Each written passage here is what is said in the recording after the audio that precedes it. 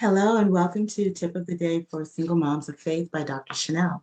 So I am Dr. Chanel Serano, and today we are going to be talking about the 5 love languages and how it relates to your children. So if you're not familiar with the 5 love languages, as I have my handy dandy book here, the 5 love languages was written and is a concept that was developed by Dr. Gary Chapman. And he's gone on to write on various topics and many editions pertaining to the 5 love languages. So if you don't have a copy, I encourage you to get it. But I wanted to first off share with what the 5 love languages are. And so they are a way of how we express love, how individuals receive love. Okay, that includes maybe through quality time, through maybe gift giving, through physical touch, words of affirmation, okay, and acts of service. I'll share with you a personal example of mine. So I have a 19-year-old son, Isaiah, and several years ago when he was about maybe 12 or 13, up to that point, every Saturday, I would make sure that I would take my son somewhere, whether it was going to a museum, it was going to maybe a party, an amusement park, the library, a local fair. Every Saturday we were going somewhere. And I remember on our way home from one of those trips, I asked my son, "What did you think about today's trip?" And he said, "It was okay." And I said, "It was okay? That's it?" And he said, Mom, I'm okay if we don't go anywhere on Saturdays." And I said, "Okay." And I began asking more questions and really started to have a conversation with him. I said, "Okay, well, what would you prefer?" And he said, "Mom, I would be okay if you just sat down with me and watched my favorite show for about an hour every Saturday, and we just eat some popcorn."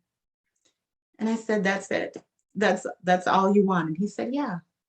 And so for a couple years after that, every Saturday from 8:30 to 9:30, we would plop ourselves in front of the TV and watch his favorite show with some popcorn. And that was good for him. But God revealed to me one important lesson during that conversation. And what I realized was that quality time is my love language. That's how I receive love. That's how someone can express their love for me, is by spending quality time with me. But that doesn't necessarily mean that that is how my son receives love. Actually, my son's love language is words of affirmation.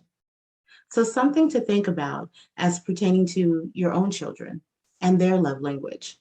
Maybe it's the words of affirmation, such as my son. So, what does that look like? That means showering them with encouraging words, letting them know that they are amazing. So, when I have conversations with my son and he's going through a difficult time, I'm letting him know, "Hey, you're a son of the Most High God. You are strong. You are more than a conqueror. You are the head and not the tail. You are wise.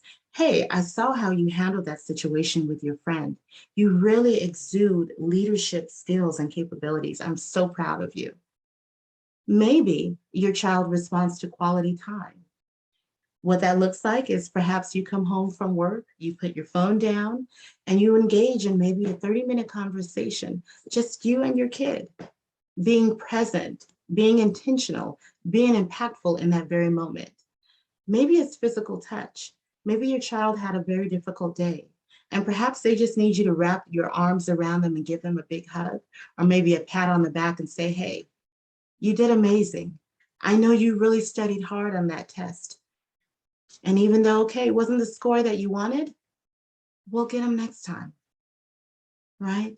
So really being mindful of the love language of your child. So again, tip number one, being mindful that your child's love language may be different from your own, and that's okay. And for your children, if you have more than one child, they may have the same love language, but it doesn't always mean that how one child receives love, let's say through quality time, and let's say your second child receives love through quality time. However, that can look very different for both children. So really getting to know your children through observations, through asking questions, and that's okay.